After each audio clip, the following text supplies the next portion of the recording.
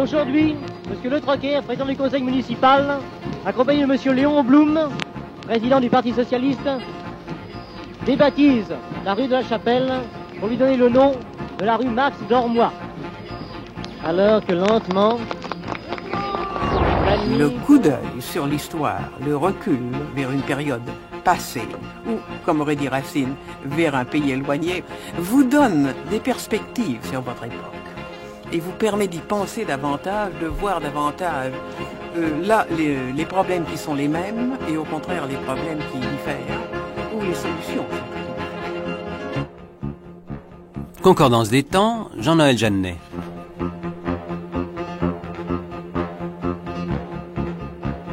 Bonjour. Où que nous habitions, tous tant que nous sommes, en France ou ailleurs, dans des villes ou dans des villages, nous n'avons pu qu'être attentifs à la vigueur des débats qui agitent toujours les conseils municipaux à propos de la dénomination des rues. On parle toujours des relations compliquées qu'entretiennent les passions et les intérêts. Eh bien, en l'occurrence, il n'est rien ou quasi rien de monnayable. De l'émotion toute brute, politique, culturelle, patriotique, de la mémoire, ou plus souvent des mémoires concurrentes. Jean-Claude Bouvier, mon invité, professeur émérite à l'Université de Provence, publie un livre stimulant sur ce sujet, qui est bien plus vaste et de bien plus grande portée qu'on ne pourrait le penser au premier abord.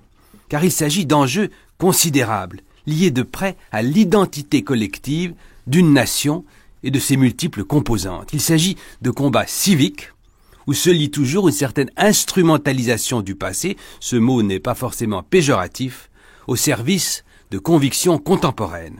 Et c'est par quoi ce sujet mérite si évidemment de prendre sa place dans la liste de tous ceux qui nous réunissent chaque samedi. Jean-Claude Bouvier, bonjour. Bonjour. Vous avez compris que pour évoquer la mutation des toponymies, j'ai choisi, grâce à Karl Vauquer, une sorte d'extrême. Ça va jusqu'à la subjectivité individuelle. Oui, tout à fait. Oui. Comme si chacun pouvait baptiser librement le nom des artères de sa ville et d'ailleurs. Oui, enfin, ce n'est pas comme cela que ça se produit généralement, même si on peut avoir des idées sur certains noms de rues. Enfin, les noms de rues actuels sont décidés par les conseils municipaux, enfin, depuis déjà au moins un peu plus d'un siècle. Dans bien des cas de grandes émeutes, de mouvements d'émotions populaires, on a vu d'ailleurs des individus accrocher des étiquettes pour recouvrir les noms traditionnels par protestation. J'ai même vu dans un tout petit village récemment, dans le hameau d'un petit village de montagne, une avenue de Maastricht. Alors bon. Et sous laquelle il y a écrit impasse. Oui, le mot sous impasse. C'est la seule plaque de rue dans ce village et ça n'a pas été mis par les municipalités mais par un individu. Dites-moi, Jean-Claude Bouvier, une information d'abord sur votre corpus, sur quoi vous avez pu travailler. L'informatique a dû vous être extrêmement précieuse. Oui, tout à fait. Je crois que je n'aurais pas pu faire ce travail de cette façon-là, du moins sans l'informatique. J'ai utilisé 2 bases de données, une qui s'appelle MapPoint, qui est un logiciel un peu comme GPS, de déplacement dans l'espace, qui n'est pas exhaustif malheureusement, mais qui donne beaucoup de noms à partir d'un certain niveau de population, de 3000 habitants à peu près, ce qui limite quand même les communes. Et puis un autre alors qui est tout à fait exhaustif, mais qui n'est pas public, malheureusement, qui est celui de la Poste. Ah, hommage à la Poste. Oui, c'est un hommage à la Poste. Là, je rends hommage à la Poste. Nous le faisons ensemble. Qui a fait un travail considérable de ce point de vue-là. Ce que je regrette, c'est que ce logiciel ne soit pas public, mais j'ai pu l'interroger et j'ai été très bien accueilli. Mais ça s'est fait au coup par coup pour un certain nombre de données et non pas pour l'ensemble. Vous avez pu insinuer votre curiosité jusqu'à ces trésors cachés. C'est ça. Alors, nous allons parcourir les siècles pour d'abord commencer de marquer que, au début, l'origine des noms de lieux est surtout à rattacher à des propriétaires ou des promoteurs, des riverains. Au Moyen-Âge d'abord, les noms des rues sont ce que j'appelle les noms d'usage, c'est-à-dire des noms qui se réfèrent à une réalité spatiale. on appelle la rue des tanneurs une rue parce qu'il y a des tanneurs dans cette rue, ou bien la rue longue parce qu'elle est longue, oui, ça serait douté, ou la grande rue parce que c'est la rue principale. Oui, donc ce sont des noms. Tout ça, jusqu'ici je vous suis. Ce sont des noms d'usage très très simples, qui sont parfois plus compliqués, qui indiquent toutes sortes de particularités des activités humaines dans une rue. Quand on voit la rue Aubry-le-Boucher à Paris qui apparaît au XIIIe siècle, c'est assez clair. Mais la rue Bout-de-Brie, par exemple, la rue Bout-de-Brie, c'est différent parce que on s'aperçoit qu'il y a des déformations de noms. Il y a un habitant qui s'appelait Hérambourg en Brie, et dont le nom a été transformé en Bourg-en-Brie, puis Bout-de-Brie, puis Bout-de-Brie. Le linguiste que vous êtes se passionne à aller chercher ces racines, ces origines. Là, des mots. C'est les déformations populaires qui parfois relèvent du jeu linguistique. Enfin, quelquefois, il y a un jeu de mots. Oui, il y a des jeux de mots, quoi. Vous signalez qu'une rue Callard, par exemple, à Lyon, devient Calas, probablement en 1827, probablement sous l'effet de l'affaire Calas. La grande affaire qui a illustré la générosité de Voltaire. Oui.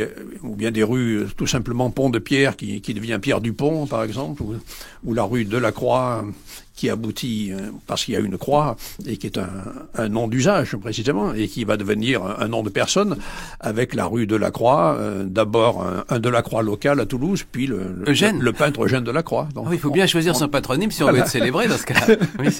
Par exemple, quand on voit la rue Feydeau à Paris, qui traverse la rue Vivienne dans le second arrondissement, on croit que c'est un hommage à Georges Feydeau, mais pas du tout. Non, c'est un propriétaire de terrain.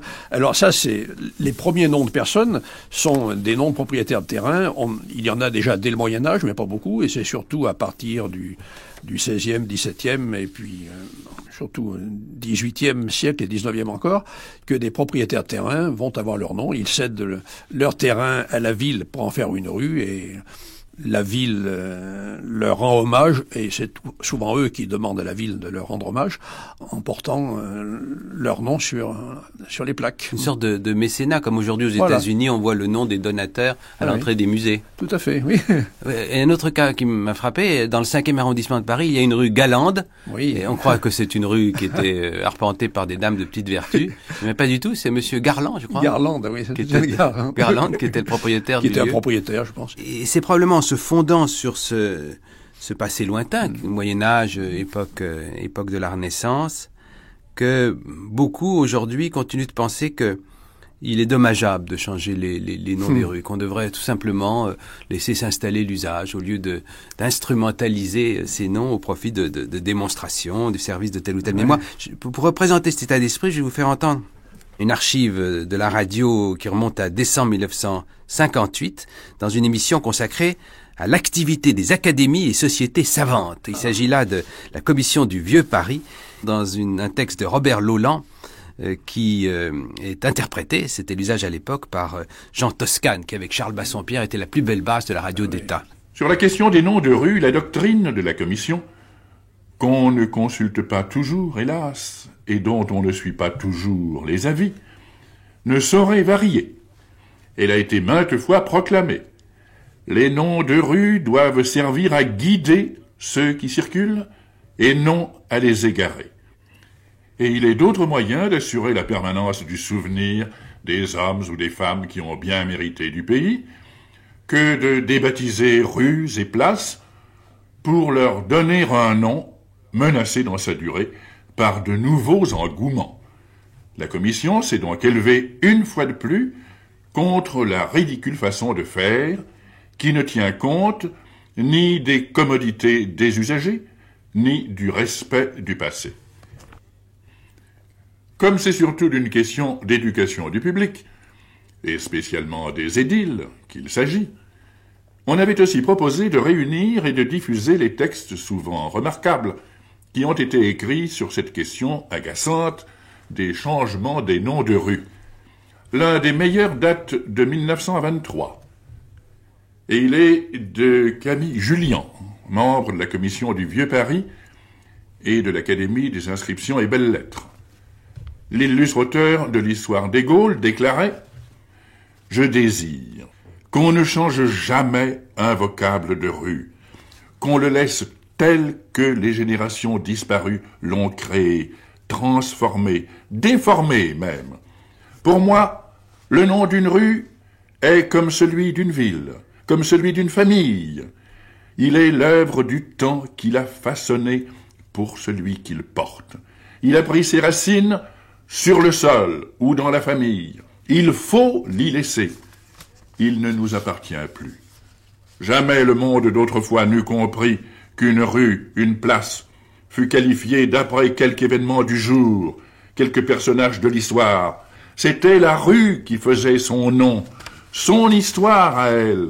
Alors, Jean-Claude Bouvier, heureusement pour vous que Camille Julien, qui était en effet un très illustre historien des Gaulois, n'a pas été entendu quand il demandait qu'on ne change jamais un vocable de rue, parce que vous n'auriez pas pu faire un livre sur la modification des vocables. Oui, tout à fait. Mais là, c'est un point de vue qui a été assez souvent énoncé que celui-là, enfin celui de Camille Julien. Bon. Et même encore aujourd'hui, surtout dans de petites communes, les petites communes qui restent plus attachées peut-être que les grandes à leur patrimoine local et en particulier à leur nom de rue qui disent l'usage et qui rechignent beaucoup à introduire des noms d'hommes politiques ou d'hommes ou d'écrivains ou de fleurs ou d'oiseaux comme le font les grandes villes. Parce que dans ces conseils municipaux, on craint l'irruption de passions qui puissent déranger un certain consensus. Je pense qu'il y a de cela, oui. La recherche du consensus est certainement très forte. C'est dès le XVIIe siècle, en tout cas, qu'on a commencé de pratiquer la dénomination des rues, non pas à partir des traditions, des métiers ou des propriétaires, mais à partir du désir de célébrer tel ou tel, et d'abord au premier rang, au premier chef, c'est le cas de le dire, le souverain. C'est à ce moment-là que se produit un changement décisif. Les pouvoirs en place, le pouvoir royal et ceux qui le représentent, décident de prendre en main la toponymie et donc de donner des noms qui puissent avoir une valeur symbolique et en particulier renforcer l'autorité royale. Montréal vient de Mont-Royal. Il n'y en a pas seulement au Canada, il y a des Montréal. Oui. Il y a des villages surtout, des communes qui s'appellent Montréal en France, ou des lieux-dits qui sont des monts royaux. Il y a eu des routes royales, des chemins royaux et des rues royales, donc un peu de partout, à Paris bien sûr, mais aussi dans d'autres régions. Et ces noms ont été produits au XVIIe siècle et au XVIIIe siècle, et ils font partie donc de cet ensemble de matériaux à caractère qui chantent l'honneur du souverain, enfin, qui sont un hommage au souverain. À Paris, non seulement il y a la rue Royale dans le 8e, mais il y a aussi le boulevard de Port-Royal et la place du Palais Royal, là où est le Conseil d'État. Il y a une bonne représentation, presque une surreprésentation de la royauté. Plus la rue Louis-le-Grand, qui est proche de la place Vendôme. Oui. En somme, nous allons voir les effets de la Révolution. Beaucoup de dénominations ont été préservées. Il n'y a pas seulement le souverain, mais il y a aussi l'ensemble de sa famille, les personnes royales. Tout à fait. Alors là, on en trouve, et parfois il y a la fille Henri IV, par exemple, qui donne son nom à la rue Christine à Paris. Et la rue Madame, la rue Monsieur? Alors, la rue Monsieur, c'est le comte de Provence, le frère de Louis XVI, et qui avait des terrains importants dans le secteur. Donc on retrouve un petit peu ce souvenir des propriétaires de terrain, mais là, à un niveau plus élevé, évidemment. Et puis, il y a la rue Madame également, mais qui est plus récente. Elle date, si je me souviens bien, de la fin du 19e siècle, 1877, je crois. C'est seulement à la fin du 18e siècle qu'on voit apparaître les hommages à des grands écrivains et à des architectes. Ça nous paraît aujourd'hui très familier, mais c'est en fait assez récent. C'est la deuxième révolution qui se produit. La première, c'était celle qui consistait à décider donc de la création de noms de rues, et pour rendre un hommage à la royauté particulièrement. Et là, alors, c'est un élargissement considérable de l'horizon, puisque on décide d'honorer des personnes importantes dans le domaine culturel, le domaine littéraire tout particulièrement, sans qu'il y ait une relation avec l'espace qui est désigné. Donc on va avoir des rues Racine, des rues Molière, des rues Corneille, ou Boileau, etc. Crébillon, Rognard. Crébillon, voilà. Vous me dites que la première rue Racine, c'est sur un plan de Chalon-sur-Marne en 1755. Voilà. J'adore vos éruditions. Oui, c'est ce que j'ai trouvé dans une monographie qui a été réalisée sur Chalon. Ces noms de personnes littéraires, d'écrivains, on ne les trouve pas n'importe où, on les trouve à proximité des nouveaux théâtres. à Paris en particulier, et puis à Nantes également, à Marseille, le nouvel opéra de Marseille. Tous ces grands lieux de culture sont construits à peu près à la même époque, dans les dernières années du XVIIIe siècle, avant la Révolution. Ils génèrent donc des noms de rues, d'écrivains, en relation avec ces lieux de théâtre. Mais tout ça reste finalement très orienté vers la glorification du souverain et de ses proches. Oui, tout de même. Ça a duré jusqu'aujourd'hui, bien sûr. Beaucoup de noms d'écrivains donnés à des rues, notamment dans les villes ou les villages dont ils sont originaires. Oui. Je vais vous faire écouter une archive restituant le jour de l'inauguration de la rue Apollinaire, le 9 novembre 1951. Le journaliste est Jean Rabault. Dans ce tronçon de rue sur lequel ne s'ouvre aucune porte, entre la place Saint-Germain-des-Prés et la rue Saint-Benoît, à 2 pas du café de Flore, du Montana et du Lip, il y avait une centaine de fidèles de tous les âges ou à peu près. L'actuelle génération des caves était peut-être la seule à manquer. Je n'ai vu qu'une jeune personne en pantalon noir, blouson noir et corsage vert. Mais les anciens étaient au rendez-vous. Il y avait les lustrés et les râpés, ceux qui sont arrivés et ceux qui se sont arrêtés en route. Francis Carco, un pli très profond dans ses joues épaisses, Louis de Gonzas-Fric tout blanc, Fujita, mèche sur le front, lunettes rondes, Francis Poulenc, Gaston Gallimard. Paul Léoto était en uniforme de Paul Léoto. Pantalon beige sans forme, écharpe jaune crue, canne mince, lunettes de fer, rictus voltairien, turban marron surmonté d'un chapeau voyage. Il y avait là aussi, bien entendu, Madame Jacqueline Apollinaire, la jolie rousse, dont Pierre Freinet redit les vers. Elle vient et m'attire ainsi qu'un fer l'aimant. Elle a l'aspect charmant d'une adorable rousse. Ses cheveux sont d'or, on dirait, un bel éclair qui durerait, ou ces flammes qui se pavanent dans les rosetés qui se fanent. Mais riez, riez de moi, hommes de partout, surtout gens d'ici, car il y a tant de choses que je n'ose vous dire, tant de choses que vous ne me laisseriez pas dire. Ayez pitié de moi. Monsieur Pierre de Gaulle dévoila la plaque après avoir rendu l'hommage du conseil municipal au poète qui chanta le pont Mirabeau, la rue Saint-Méry, et aussi les villes rhénanes, Londres, l'Italie et Amsterdam.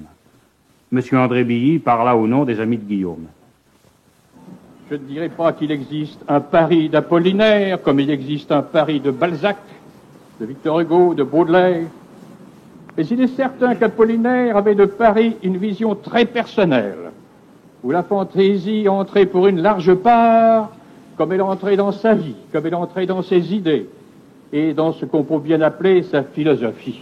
La cérémonie terminée, on continue de causer sur les trottoirs. Voilà une cérémonie qui s'inscrit tout droit dans la tradition du XVIIIe siècle. Au XVIIIe siècle, ce sont les débuts de la commémoration dans les dernières années de l'Ancien Régime, avec la promotion des toponymes représentant des hommes de culture. Alors, cela s'est développé encore plus au XXe siècle, et on le voit avec Apollinaire. Beaucoup de noms de villes ont choisi des noms d'écrivains, d'artistes, de toutes sortes, pour éviter parfois des hommes politiques qui pourraient poser des problèmes et qui créeraient peut-être des dissensions à l'intérieur de la population. Les édiles sont présents. Le Pierre de Gaulle qui est évoqué dans cette archive, c'est le frère, comme on sait, du général de Gaulle, qui était président du RPF, du conseil municipal. Et en prime, vous avez eu Pierre Freinet lisant Apollinaire, ce qui ne peut pas être désagréable. Je voudrais maintenant que nous en venions à la Révolution française, qui est le premier grand moment un peu spasmodique où il faut s'interroger sur la dialectique des ruptures et des continuités. Tout à fait. Alors la Révolution, c'est une période qui m'a passionné de ce point de vue-là, parce que il y a une productivité toponymique considérable. Jamais on a eu autant d'imagination, je crois, pour créer des noms de rues. Pour créer, pour refuser aussi. Pour créer, pour refuser, parce que la création s'est faite à partir de destruction des noms anciens, et il y a un mouvement considérable. Je parle de rupture et continuité parce que il est vrai que c'est une rupture avec l'Ancien Régime. On enlève les noms qui rappellent la royauté pour les remplacer par des noms à caractère révolutionnaire. Mais en même temps, il y a une continuité avec cette dernière période de l'Ancien Régime dont je parlais, c'est-à-dire la commémoration qui avait commencé à se faire et qui était liée au temps plus qu'à l'espace et qui qui exprimait des valeurs symboliques, elle va s'épanouir. Cette commémoration, elle va s'épanouir sous la Révolution avec des noms très symboliques dont on peut discuter l'intérêt ou la valeur, mais qui sont incontestables. Par exemple, et cela annonce la période actuelle. Quoi. Par exemple, les abstractions aussi, liberté, égalité. Oui, ben là, ce sont des mots que l'on continue évidemment à employer. Oui, je lis que à Bordeaux, la place Royale devient la place de la liberté, oui. Qu'à Lyon, la place Louis-le-Grand devient la place de la fédération, puis la place de l'égalité. Tout à fait, oui. Qu'à Nancy, la place Royale devient la place du peuple et que Stanislas cède sa place à la renommée. Puis il y a la place, bien sûr, à Paris, Louis XV, qui devient en 92 la place de la Révolution et en 95 la place de la Concorde. Là, on va vers du plus tendre, après tant de guillotiner sur cette place. Oui. C'est le moment aussi, d'ailleurs, où les noms de villes eux-mêmes sont transformés, où Grenoble devient Greux-Libre. Tout à fait. Et où Saint-Symphorien devient Forien. Voilà. Parce qu'on enlève le Saint dans l'intitulé de beaucoup de rues. On a, déchristianisé le plus possible la toponymie en enlevant ce qui était le plus simple, le nom du saint, enfin l'attribut de la sainteté. Donc la rue Saint-François devient la rue François, la Saint-Jacques devient la rue Jacques. Parfois on met comme ça s'est produit sous la Révolution le mot ci-devant devant le saint, ou parfois on le fait disparaître purement et simplement pour le remplacer par un autre nom. Alors les noms de personnes, les individus qui émergent aussi en grand nombre sous la Révolution, quels sont-ils? Alors, ces noms de personnes, ce sont des noms à caractère symbolique, là aussi. Ce sont souvent des noms de l'Antiquité, et la Révolution a été très sensible à la République romaine. Alors on a un certain nombre de noms comme les Gracchus, par exemple, des rues Gracchus, qui est le plus connu des Gracques, qui était un tribun du peuple, adversaire de la noblesse, et c'est pour cela qu'il est choisi. On a également une rue Brutus, la rue Brutus. C'est l'homme qui a assassiné César. Qui a assassiné César. On a d'autres noms comme Cincinnatus, etc. Ou bien des noms de philosophes anciens comme Socrate, par exemple, grec. Et puis on a aussi bien entendu les noms des précurseurs présumés de la Révolution, donc Voltaire et Rousseau, qui commencent à apparaître dans les noms de rue, et puis qui seront repris plus tard par la Troisième République. Voltaire, c'est surtout sous la Troisième République, je crois. Oui, Voltaire est Voltaire. Sous la Troisième République, mais on le trouve déjà quand même en 1792 au Havre, ou bien à Montpellier sous la Révolution, à Toulouse dans l'an 2 également. Donc Rousseau aura certainement plus de succès. Marat, lui, a donné son nom à des villes aussi, à beaucoup de communes en France. Et après son assassinat par Charlotte Corday, il y aura très vite, dans 93 et en 94 surtout, des rues Marat un petit peu partout. Bon, c'est l'un des rares héros de la Révolution qui aura son nom à cette époque-là. Les Danton et Robespierre auront des noms de rues, mais plus tard, et sous la Troisième République essentiellement. Il reste assez peu de rue Marat aujourd'hui, de même qu'on a retiré ses cendres du Panthéon après l'y avoir installé. Oui, je crois qu'actuellement, il y a très très peu de rue Marat. Qu'est-ce qui nous reste de la toponymie révolutionnaire, Jean-Claude Bouvier?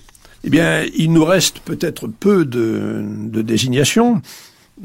Bon, certaines ont traversé les temps, comme liberté, égalité, fraternité, qui ont été reprises, on en reparlera peut-être, sous la Troisième République, mais la plupart ont disparu. Bon, la rue des Sans-Culottes, par exemple, on ne la trouvera plus. La rue du Saïra, qui a été donnée, le chant révolutionnaire. Même Sava, j'ai vu, il y a une rue Sava. À Marseille, le Saïra est devenu Sava, ce qui était plus présent et peut-être plus optimiste. C'est la révolution aujourd'hui et non pas demain. Mais ce qu'il en reste, c'est ce que je disais, c'est l'esprit surtout de la création toponymique révolutionnaire, c'est-à-dire cette volonté de commémorer des personnages ou des événements jugés importants de l'histoire et qui sont porteurs de valeurs morales ou de valeurs politiques très fortes. Et cette commémoration qui a un lien avec le temps et avec le symbole, et non plus avec l'espace, c'est ce qui caractérise la toponymie aujourd'hui, et on peut dire que c'est la Révolution, même si ça a commencé à se faire un tout petit peu avant la Révolution, c'est la Révolution qui a mis tout cela en place. Le champ est ouvert, il est encore immense aujourd'hui, oui. Avec cette rupture. Il y a un autre moment qui a été intéressant dans certaines communes en particulier, qui avaient été très longuement communistes, c'est après la chute du mur, lorsque des municipalités de droite sont arrivées aux commandes, il y a eu des changements assez brutaux dénomination des rues. Écoutez cette archive assez éclairante du 3 avril 1997. Nous allons entendre le maire RPR, Philippe Pemzec, qui a détrôné après plusieurs décennies les communistes et qui s'exprime de la sorte. C'est vrai que cette ville, avant 89, venait de subir 43 ans de communisme, dont 17 ans de stalinisme le plus pur et dur. Et je crois qu'il convenait de débarrasser cette ville de la chape de plomb qui pesait sur elle. Et donc nous avons décidé de la débarrasser de toutes les scories qui l'envahissaient, et donc de renouer avec l'histoire, la tradition de cette ville tout simplement, et de redonner aux rues des noms qu'elles avaient autrefois, qui étaient des noms tout à fait charmants, tout à fait bucoliques. Et puis il s'agissait aussi de débarrasser certaines rues de noms d'hommes politiques qui n'avaient rien à voir avec l'histoire de la ville et dont le passé était quelquefois, de mon point de vue en tout cas, particulièrement douteux. Vous dites débarrasser, c'est quand même un mot très fort, parce que ces gens ont été installés par des gens qui habitent encore le Plessis. Oui, mais je crois que ma détermination à faire le procès du communisme était aussi fort que l'envie de mes adversaires de faire du communisme quelque chose d'idéal qui en fait est loin d'être idéal. Donc je crois que c'était important parce que je crois qu'il y a une symbolique très forte dans les noms de rue, et donc moi je voulais un peu pacifier cette ville, la dépolitiser surtout. Et enfin, vous l'avez repolitisée dans un autre sens. Non, parce qu'à part l'avenue Jacques Duclos, qui a repris le nom de Charles de Gaulle, qui est aujourd'hui d'ailleurs vanté même par les communistes, toutes les rues que nous avons débaptisées ont retrouvé des noms de personnages qui ont enrichi notre histoire, ou tout simplement de fleurs, de plantes.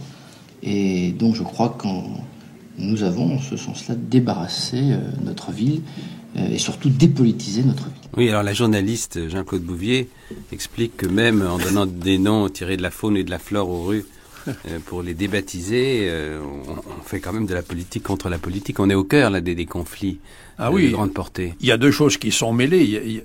Il y a le fait qu'une commune a parfois envie de ne conserver que les noms qui ont un rapport avec l'histoire de la ville, et c'est une tendance qu'on peut trouver. Et puis il y a surtout ce qu'on peut appeler une forme d'épuration toponymique. Il a employé le mot débarrasser, qui n'est pas très loin d'épurer. Alors ça fait penser à des temps un peu douloureux, comme le régime de Vichy par exemple. Sous Vichy, il y a eu ce qu'on peut appeler une véritable épuration toponymique. Les noms jugés trop engagés et tout simplement républicains ont été enlevés pour être remplacés par des noms en hommage au nouveau régime et au maréchal. Donc. Il y avait déjà eu à Paris, je crois, en 1900. Oui. En 1929, Voilà, il y avait une rue du maréchal Pétain déjà à Paris. Alors là, à partir de juillet 40, voilà, c'est autre chose. Il y a des flottes. C'est un peu le retour de l'ancien régime, d'un certain point de vue. C'est l'hommage au souverain que l'on retrouve avec Vichy. Donc le nom du maréchal est donné à beaucoup de rues, et évidemment d'une façon très symbolique. Ce sont des noms à caractère républicain, comme la rue de la République d'abord, qui est remplacée par la rue du maréchal Pétain ou l'avenue. Ce sont parfois la rue nationale, qui est devenue rue Maréchal Pétain, mais pour le mot national, c'est très compliqué, parce que le mot national a été repris par le régime de Vichy. La Révolution nationale. La Révolution nationale. Et donc, on a ces deux emplois. Il y a le national républicain qui s'était développé surtout pendant la Révolution de 1848, et après, sous la Troisième République, et puis le national de Pétain. Beaucoup de villes, donc, ont ces changements. Parfois, c'est tout le personnel républicain qui est remplacé. Les Jaurès, Victor Hugo, etc. Tendent à être remplacés, mais pas toujours. Il y a des résistances. C'est une hécatombe quand même. Plus de Combes, plus de Louis Blanc, plus de Salengro, naturellement, plus de Francis de Pressensé. Et naturellement, quand il s'agit de noms juifs, comme par exemple boulevard Gaston Crémieux, à Marseille, on raye. À Marseille, c'est 18 substitutions qui se produisent, ce qui est considérable. La rue Jules Guesde qui disparaît, Crémieux, la rue Armand Bédaride, qui était un franc-maçon, le Conseil de l'Ordre du Grand Orient, qui est remplacé de la place Jean Jaurès, etc., qui redevient la place Saint-Michel. Donc, c'est extrêmement général. Mais dans certains cas, c'est un peu différent aussi. Beaucoup de militaires, beaucoup de héros militaires, Mermoz, Guillaumet, on revient aux guerres de Napoléon, guerre de 14, Lyautey, Sidi Ibrahim, etc. Et puis naturellement, beaucoup de Jeanne d'Arc, la pauvre. Beaucoup de Jeanne d'Arc. Alors Jeanne d'Arc a été mise à contribution très fortement. Il y a eu beaucoup de noms de rues de Jeanne d'Arc. C'est l'époque où Jeanne d'Arc a été le plus tirée vers la droite. Tout à fait, oui. Absolument. Elle a servi à tant de causes diverses. Oui. Et en même temps, on censure Émile Combes, on censure Zola. On censure Zola. Un peu partout. Et ce qui est amusant, c'est à Aix-en-Provence, où il y avait une rue François-Émile Zola, parce que François était le père de Zola. Ingénieur qui a fait un barrage, que l'on voit encore actuellement. Et la rue François-Émile Zola est devenue la rue François Zola, tout simplement. Mais avant la fin de la guerre, on a quand même rétabli le fils Émile Zola. Eh bien, après tant de rues dont le nom a été chamboulé, en voici une qui n'en a pas. Fréhel, 1930. Sans nom. Si les rues étaient sans nom, votre livre, ce serait tragique, n'aurait pas de raison d'être. Oui, cela existe. J'en ai trouvé une, je ne sais plus où. Enfin, dans une commune, je n'en parle pas dans le livre, mais il y a une commune qui a une rue sans nom, parce que... L'esprit un peu paradoxal. Voilà, on n'a pas su trop quel nom lui donner. Je voudrais que nous en venions au Panthéon républicain. Il y a beaucoup à lire à cet égard dans les noms de rues. Je crois que vous avez trouvé une sorte de liste, vous avez pu déterminer un palmarès des premiers héros de la République, entre guillemets, grâce à la Poste, C'est ce que j'appelle le Panthéon républicain, et grâce à la Poste, précisément, j'ai pu établir la liste de ceux qui sont les plus souvent présents dans les noms des rues. Eh bien, le premier, ça ne surprendra pas, c'est le général de Gaulle. Alors évidemment, il n'est pas simplement un héros républicain. J'explique que De Gaulle, c'est beaucoup plus complexe. C'est à la fois le sauveur de la patrie, c'est comme Jeanne d'Arc. C'est à la fois un républicain qui a quand même créé une république, la 5e du nom. Et puis c'est aussi un chef de parti. Donc il combine un peu tout cela, bien entendu. Près de 4000 attestations. Mais la Poste me donne 3736, ce qui est pas mal. Évidemment, on dira que c'est peu par rapport aux 37 000, ou près de 37 000 communes françaises, mais c'est le 10e, mais bon, il y a beaucoup de petites communes. Mais enfin, c'est considérable. Le second? Alors, le second, c'est Pasteur, qui est à 3100, qui n'est pas très loin de De Gaulle. Ensuite, Victor Hugo, qui est à 2477, et puis... Parce qu'il a incarné, finalement, l'un et l'autre ont incarné la Troisième République commençante, l'ordre républicain après les révolutions. Là, on arrive à une espèce de noyau, ce que j'appelle un noyau dur, républicain, qui est composé, de Gaulle, mais Pasteur, Hugo, Jaurès, qui ont incarné la République et qui ont été célébrés surtout dans les débuts de la Troisième République. Jaurès, c'est surtout dans l'entre-deux-guerres. Jaurès est dans l'entre-deux-guerres, évidemment, mais à partir de sa mort. En juillet 14. Et là, Jaurès, c'est un phénomène qui m'a étonné. Enfin, il est 4e dans le classement, et on le trouve dans toutes sortes de communes, alors que Jaurès, représente quand même une idéologie politique précise, le socialisme. Ce qui est le plus étonnant, c'est dès la guerre de 14. À Paris, par exemple, l'avenue Jaurès, qui remplace d'une façon très symbolique la rue d'Allemagne, l'avenue d'Allemagne, a été créée pendant la guerre de 14. Et alors, après la guerre, évidemment, surtout, on en aura beaucoup, et puis après, à partir de son entrée au Panthéon, bien entendu. Alors, décroché. Et alors, après, il y a un petit décrochage, effectivement. On arrive à Jules Ferry, qui a quand même 1300 noms, Lamartine, Clémenceau, Zola. Un millier, Clémenceau. Zola. Un millier. Zola, qui arrive à un millier aussi. Talonne Clémenceau. Oui, il y a très peu de différence. Voltaire, qui est un peu en dessous de la barre des 1000, 988. Et puis Briand, Aristide Briand. Carnot, alors Carnot, c'est plus compliqué parce qu'il y a 2 Carnot. Il y en avait même 3 si on prend Hippolyte, le ministre de la Seconde République. Mais enfin, en gros, c'est le premier, Lazare Carnot. C'est Lazare Carnot et Sadi Carnot. L'organisateur de la victoire et le président de la République. Alors très souvent, on ne sait pas trop quel Carnot est honoré parce qu'il y a des rues ou des boulevards Carnot. Donc il peut valoir pour l'un, pour l'autre, ou souvent pour les deux. Et puis il y a des communes qui ont une rue Lazare Carnot, une rue Sadi Carnot, donc ou rue Président Carnot, c'est plus clair. Avantage et ambiguïté des dynasties républicaines. Voilà. Mais enfin Carnot, le grand Carnot, Lazare, est quand même bien représenté. Il arrive à la 12e place.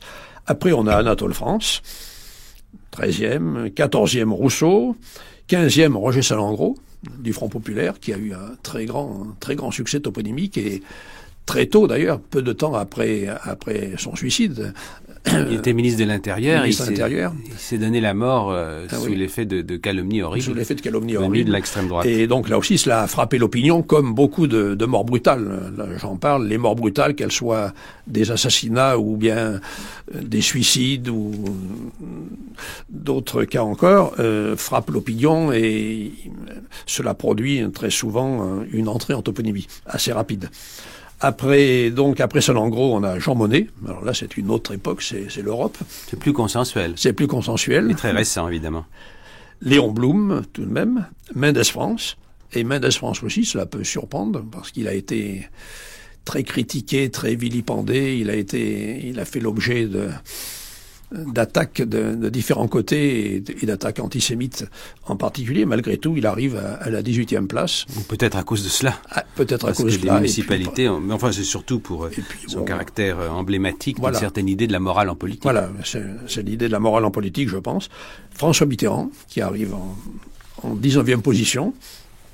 Et puis Thiers. Alors ça c'est plus curieux. Le rapprochement des deux est un peu surprenant. Mais... Thiers c'est à la fois celui qui a réussi qui d'une certaine façon a fondé la Troisième République, mais c'est aussi celui qui a écrasé dans le sang la Commune. Voilà. Et pourtant il y a une rue Thiers à Paris. Oui, mais il y a des rues Thiers qui ont été débaptisées un peu partout en France à cause de cela, à cause de ce souvenir du rôle qu'il a joué dans l'écrasement de la Commune.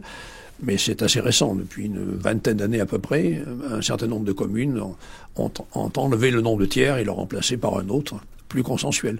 Il y a beaucoup de va-et-vient, y compris sous la Troisième République. Je me souviens avoir acheté dans une brocante de l'Île-sur-la-Sorgue une plaque de rue consacrée à Édouard Daladier, avec écrit sous son nom « Homme d'État, 30 septembre 1938 ».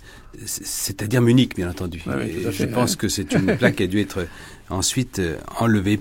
Et puis il y a des cas que on peut évoquer aussi où les rues deviennent, y compris à Paris, des sujets de discorde graves. Par exemple, on ne sait pas toujours que la municipalité parisienne est passée définitivement à droite, enfin définitivement jusqu'à Delanoë, en 1911, sur une affaire de rue. Vous voyez jusqu'où pousse la passion. Parce que on a débattu pour savoir si on donnerait le nom d'un anarchiste espagnol, Ferrer, qui venait d'être garrotté en Espagne, et le centre-gauche radical s'est séparé de l'extrême-gauche pour rejoindre la droite, et ça a créé ce basculement. Donc, ce n'est pas seulement un plaisir d'érudition de raconter cette histoire. J'ai pas besoin de vous en persuader, Jean-Claude Bouvier. Non, mais il y a des enjeux politiques considérables. Vos études statistiques vous amènent, j'imagine, à dessiner une cartographie des noms de rues, nord, sud, est, ouest. Ce n'est peut-être pas très significatif pour les plus grands noms. Bon, Hugo, par exemple, est un peu partout, sauf que tout de même, il n'est pas partout. Et là, il est intéressant de savoir pourquoi il ne se trouve pas dans certaines communes, par exemple. Si l'on prend des personnages plus anciens comme Henri IV, par exemple, on se rend compte qu'il est très présent dans le sud-ouest, comme on peut s'y attendre, et dans son Béarn natal, qu'il est pratiquement absent dans le sud-est, qui est une région pourtant royaliste, mais Henri IV n'est pas vraiment la personne honorée. Charlemagne, comme on peut s'y attendre, est beaucoup plus présent dans l'est de la France que dans la moitié ouest, etc. Et puis il y a le Midi Rouge, par exemple, qui a conservé le souvenir de rue de la Révolution, de place de la Révolution, beaucoup plus qu'ailleurs. Et de personnages emblématiques aussi. Et de personnages emblématiques également. Des grands révolutionnaires, par exemple, à Montpellier, qui sont arrivés surtout avec le bicentenaire de la Révolution. Après 1989, il y a eu tout un mouvement de création toponymique, et Montpellier, par exemple, a complété sa panoplie révolutionnaire. Sous l'autorité déterminée du maire Georges Frêche. Voilà, exactement. Parmi ces moments de rupture, nous avons évoqué Vichy, la libération est assez emblématique. En particulier lorsqu'on a vu ressurgir les noms d'un certain nombre de personnages qui avaient été les victimes de l'oppression du régime de Vichy en particulier. Les Jean Zay, les Georges Mandel à Paris. Et puis c'est le moment où on crée une rue Marx Dormois à Paris. Je vais vous donner écho de la cérémonie qui s'est tenue le 18 octobre 1945. Dans ce quartier populaire de Paris, dans ce quartier qui a connu la guerre, dans le 18e arrondissement, au coin de la rue de la Chapelle et du boulevard Barbès, aujourd'hui, M. Le Troquet, président du conseil municipal, accompagné de M. Léon Blum, président du Parti socialiste, débaptise la rue de la Chapelle pour lui donner le nom de la rue Marx Dormois. alors que lentement, la nuit tombe sur ce quartier de Paris, Monsieur Léon Blum donne l'accolade à Jeanne Dormois, la sœur de l'ex-ministre de l'Intérieur, assassinée sauvagement en 1941 par les hommes à la solde de la Gestapo. La parole est à Léon Blum. Il est l'homme qui, ministre de l'Intérieur, s'est efforcé, malgré tous les obstacles, toutes les résistances et tous les sarcasmes qui sont quelquefois dans notre France et dans notre Paris ce qu'il y a de plus difficile à surmonter,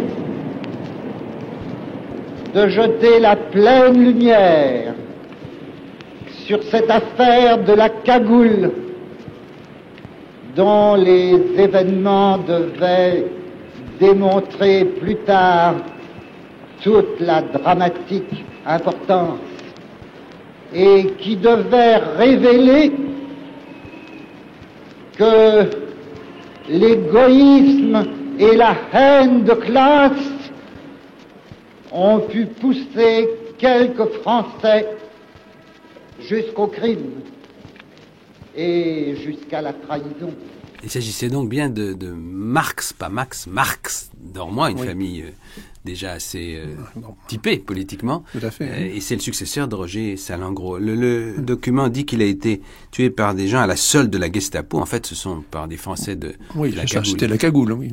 Qui l'avaient combattu. Oui, à Montélimar, oui, dans la Drôme. Il y a en même temps une sorte de rythme à restituer de la mémoire, des va-et-vient, le temps qu'il faut parfois pour que émergent des noms ou que, au contraire, ils soient rayés, ils soient voués aux gémonies. Oui. Je voudrais que vous évoquiez le cas que je trouve éclairant d'Alexis Carrel. Alexis Carrel, il y a eu un certain nombre de rues d'Alexis Carrel qui ont été créées après la guerre.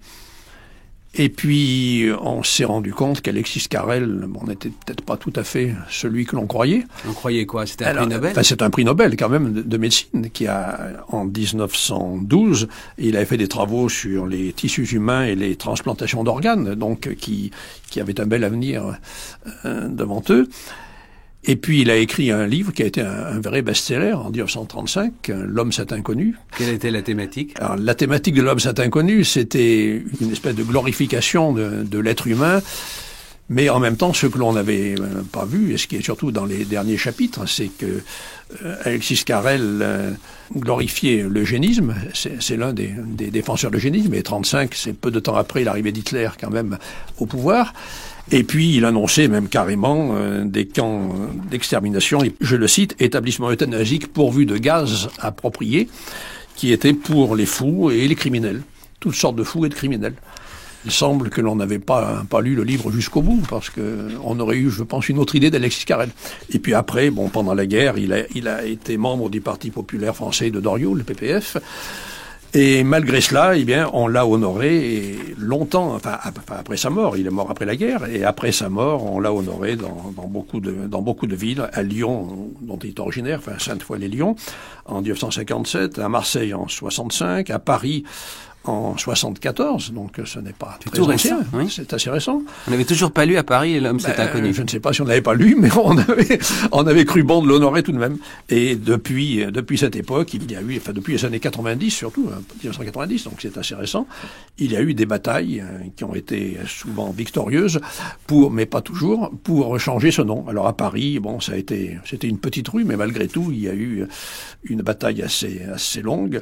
Les demandes ont été rejetées d'abord en 94, en 96, et c'est en 2002 simplement que la municipalité actuelle a accepté de supprimer le nom d'Alexis Carrel et l'a remplacé par le nom du résistant Jean-Pierre Bloch. Vous avez le sentiment que là on peut distinguer une opposition gauche-droite? C'est probablement ce qui s'est passé, mais ailleurs peut-être pas. À Lyon, c'est beaucoup plus récent. C'est le 7 janvier 2006 qu'Alexis Carrel a dû céder la place dans sa ville natale. Municipalité également socialiste. Oui, municipalité socialiste également, donc c'est quand même pas un hasard. Il a cédé la place à une grande résistance, Bertie Albrecht.